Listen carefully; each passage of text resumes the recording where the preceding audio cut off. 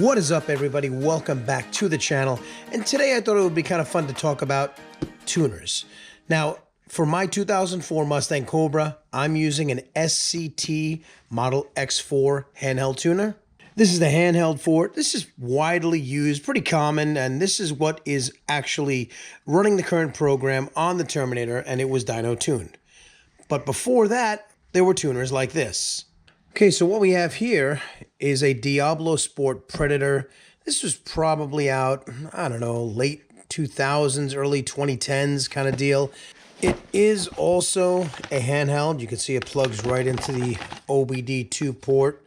And this one, I don't even know, I guess at one time this one might have been used, maybe on my car. It says SC Cobra. A lot of these had pre-loaded tunes, and they allowed you to do things like I don't know, scan for codes. I think you would turn off traction control, things like that, and they were very, very popular at the time. This one, like I said, I'm not doing anything with it, but it's really cool to know that this was before the X4s. So now let's talk about Mustang tuning in the early 2000s. This is a Autologic chip. This is designed to be plugged into the J3 service port on the back of an X4, which is like in a Fox body Mustang. And those had like a piece of tape on the back of it. You removed it. It almost looked like a circuit card. And this would plug right into that port. And this one has some wires off it, which makes me believe, like I said, this was on my car, my Fox body at one point. It probably had a switch for multiple programs, but this was sealed. This would have been programmed by somebody who was a tuner. This is Autologic software by Mike Wesley, the great Mike Wesley, who I had the pleasure of knowing.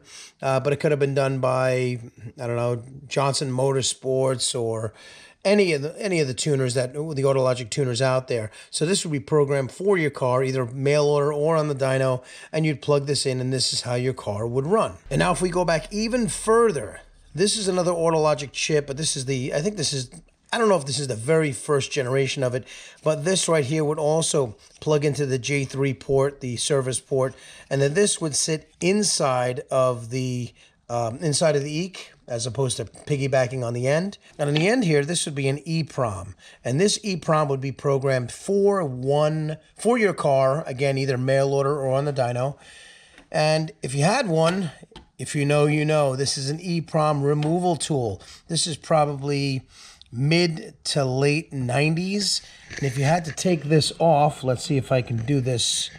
I don't know if I can do this with one hand, so let me set up a tripod and show you. Okay, so this would be the EEPROM that you had for the program of your car.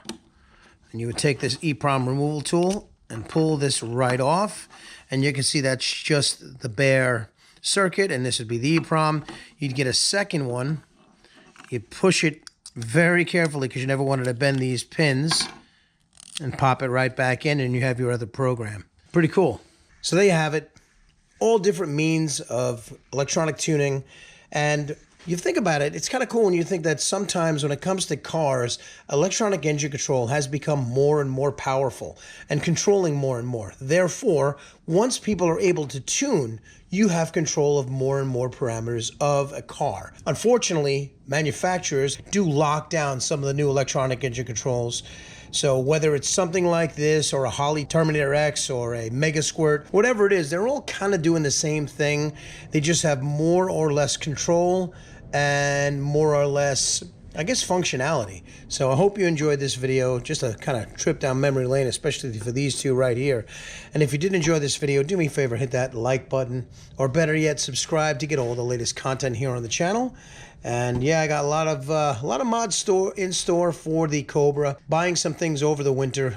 It's going to be getting here faster than we want it to be, but hopefully it'll be gone as quick as we need it to be. So thank you so much for watching, and I'll see you on the next one.